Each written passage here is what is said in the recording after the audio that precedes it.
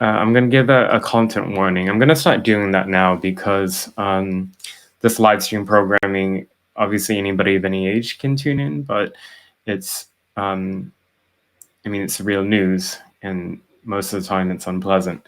So content warning for the story, it involves things around sex abuse and in the victimization of a child. So I've been working on an investigation that was published on the Post Millennial. The headline is Host at Leftist Portland Radio Station Arrested for Trafficking and Rape of Canadian Child. This is the suspect here, Noah Madrano on the left. This was from his arraignment. For more than a decade, he was a host at KBOO, KBOO FM in Portland, which is a community radio station that is very radical left. It has talk radio, it has music, the political programming. According to KBOO, they identify as an Antifa station. And one of the ways that you can give money to them, one of the membership packs is about in support of Antifa, and if you give to them in that particular program, you can get content from Rose City Antifa and some other Portland Antifa members that I wrote about in my book, actually. The tweet on the right here, I put my, you can just read it on the screen. It's a sexually explicit tweet that I probably shouldn't read, that refers to child abuse. And this was from the suspect's, one of his alternate social media accounts, which after my report was published, was suspended by Twitter. But as of Monday, it was up. So what happened is that on the 24th of June, a father in Edmonton, Alberta, Canada, put out a Facebook post and alerted authorities that his young child, a 13-year-old girl, had gone missing. She didn't show up to school that day. And then for the next 8 days, what happened was that there was a really dramatic and desperate hunt for whoever she was with and where she was. And it was a very big story in Alberta, Canada. Any Canadians here, weigh in, please. And 8 days later, she was found at a property in Oregon City, Oregon, with allegedly the suspect you see in this photograph on the left.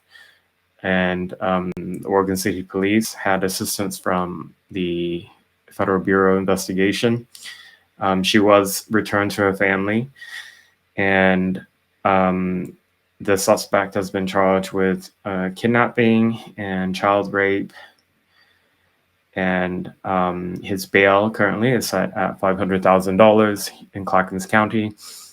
So Oregon City is a small city just south of Portland, about 12 miles south.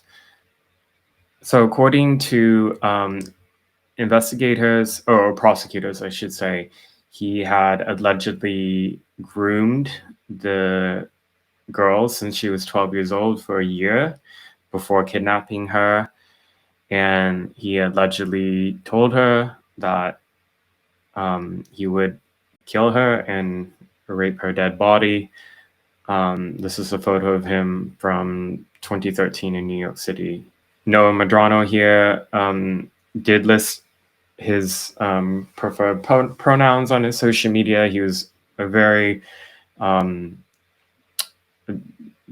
leftist. He had many posts where he ranted about Donald Trump. He really hated Donald Trump, but his pronouns were there were all of them: he, she, and it. I'm just going to use he to keep it easy here. He also had a number of monikers. Bud Jackson, which was the name on the Twitter account that I showed a moment ago with the sexually graphic text. He also used the name Noah Zark, and Nomad was the moniker that was most well known, because that was the name he used on the radio station with co-host Karen Green, who, after her co-host was arrested and charged, she deleted all her social media to try to hide this close affiliation that she had with him. Another photograph of Noah Madrano here. And this is from the Twitter account that's been now suspended, where I had the graphic tweet.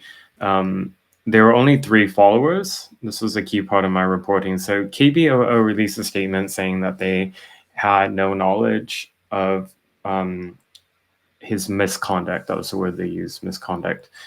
And that they have suspended him from his role, and they're going to assist investigators. But on this alternate account that he had, there were only 3 followers, and one of them was Kebu. And the last tweet from him was that sexually graphic one that's in the that you saw above. And also the Twitter banner appears to show an image of a new child. I've censored it here in the report, but in the original it was there. He also had a YouTube account, which may still be up actually, under the name there was Madnow42, and there wasn't very much on it. I mean, it was linked to his radio show, which is called Subhuman Intellect Theater, by the way. And one of the playlists that this YouTube account made was called "Videos of Teenagers Literally Getting Raped."